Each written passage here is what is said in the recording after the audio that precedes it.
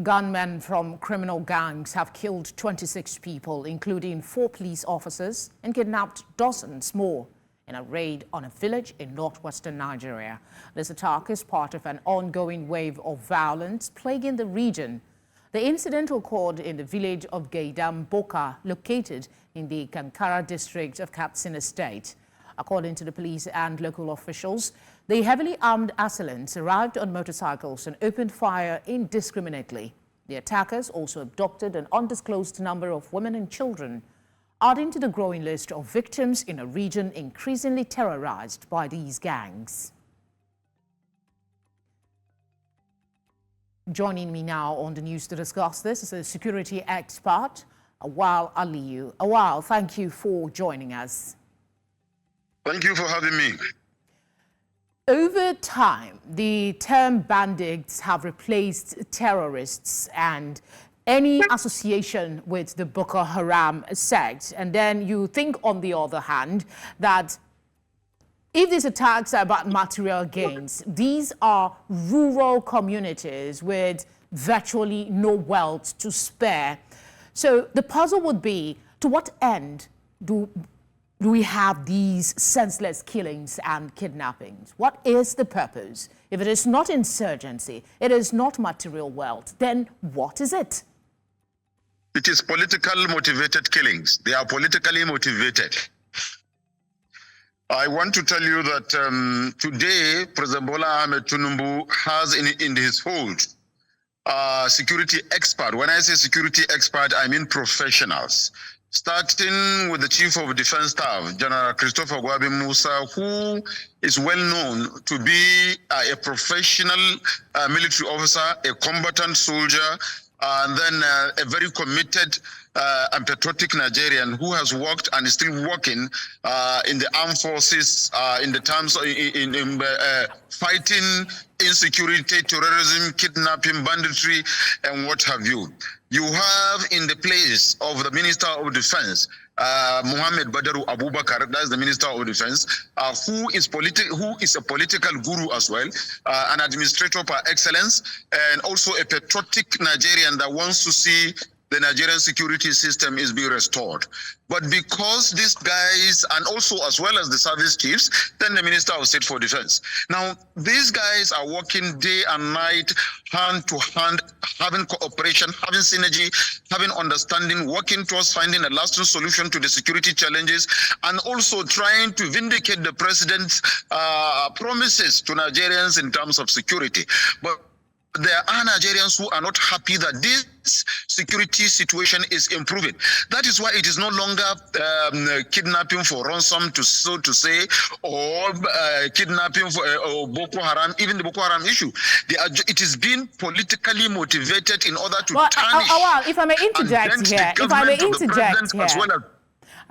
may interject here, you're talking about it being politically motivated. It did not start with this administration. It's been successive administration, one after the other. And it seems that the strategizing and the work that's being done, because there is no day that goes by in this country we don't hear that people have been kidnapped or they have been killed. So if it is political, there must be a goal. Is it to disorganize this administration? And to what end, then, if the country goes to pieces?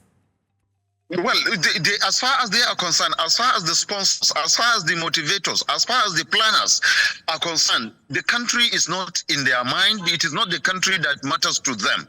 And what matters to them is their selfish interest. They are politically motivating this thing. They are politically pulling this issue because they know that the central thing that is first in an administration is security. Without security, there can be no governance, there can be no dividend of democracy. It cannot be Uhuru. And they do not want the man to achieve the required result and based on the promises he made to Nigerians as far as the issue of security is concerned. So, after assembling professionals, the service chiefs, the Chief of Defense Staff, the Minister of Defense, and they found out that if you recall, after the assemblance of these guys, the security challenges went down to almost like Nigerians are 85% secured.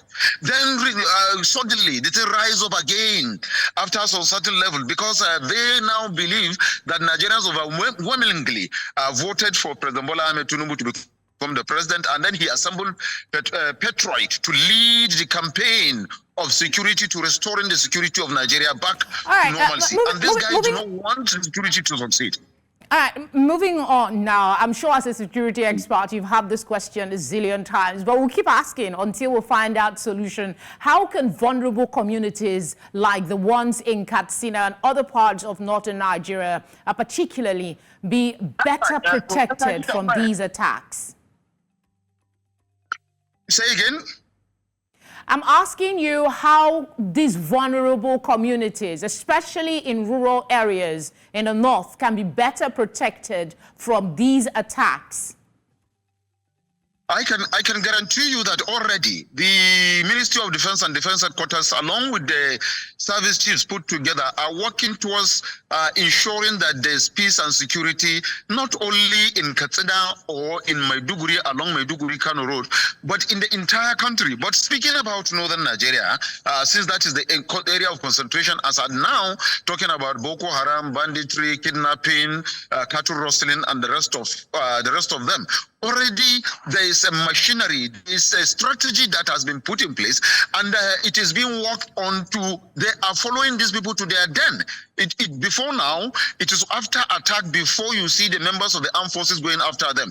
But this time around, they are following them to where they are, to their hideout, to smoke them out. And also there is a strategy of reaching out using credible intelligence, using the community to extract information and intelligence so that they can work on it to ensure that the communities are secured. But like, you know, while you are trying to do to protect the country, also the distractors are also working towards ensuring that those that are patriotic did not succeed. This has been the issue. This is what has been ongoing. We have personally, not only a security expert, I lead 596 community-based, socio-cultural and economically inclined grassroots organizations. So I get information apart from my profession as a security man, also as a leader of civil society organizations. I get information as at when the things are happening, and we can I'm afraid we'll have to motivated issue. It is not just about security, but meanwhile we are also asking the security agencies to continue to strategize, to continue to plan, and also continue to cooperate with the community. We'll have to pause the conversation here. We'll have to pause now. Thank you very much for speaking with us. Thank you very much for having me.